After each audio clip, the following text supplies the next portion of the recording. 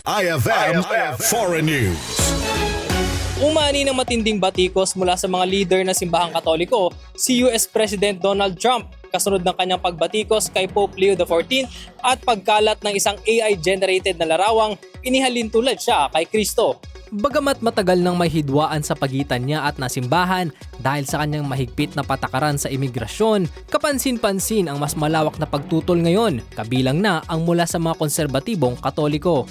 Kabilang sa mga kumontra si Joseph Strickland na dati ring sumusuporta sa Pangulo. Sa kanyang pahayag, kinwestiyon niya ang paninindigan ng administrasyon sa digmaan sa Iran at iginiit na hindi ito pumapasa sa konsepto ng makatarungang digmaan dahil sa epekto nito sa mga inosenteng sibilyan. Patuloy pang lumala ang usapin ng batikusin ng ilang mananampalataya ang paggamit ng relihiyon bilang dahilan upang bigyang katwiran ang karahasan. Hinikayat din ni Strickland ang mga Katoliko na manindigan para sa kapayapaan at suportahan ang panawagan ng Santo Papa na aniyay nakabatay sa moralidad at hindi sa politika. Batay sa ulat ng Pew Research Center, nananatiling hati ang mga Katoliko sa Estados Unidos sa usaping politikal. Ngunit bihira ang ganitong pagkakaisa laban sa isang issue. Sa panig ng Vatican, pinaninindigan na ang posisyon ng Papa ay nakaugat sa pananampalataya at mariing pagtutol sa anumang banta ng karahasan. Para sa IFM Foreign News, ako si Manong Kit, Idol!